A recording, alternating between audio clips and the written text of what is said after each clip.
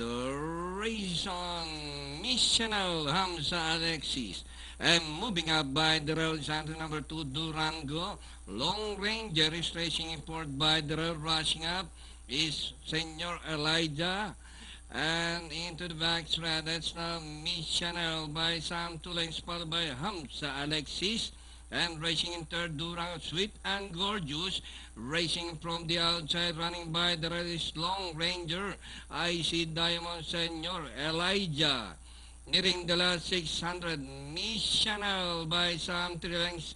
Sweet and Gorgeous getting closer in second. Hamza Alexis racing in third by Sam 4 lengths. Rounding the far turn, Missional, Sweet and Gorgeous. Rushing up now to take the lead.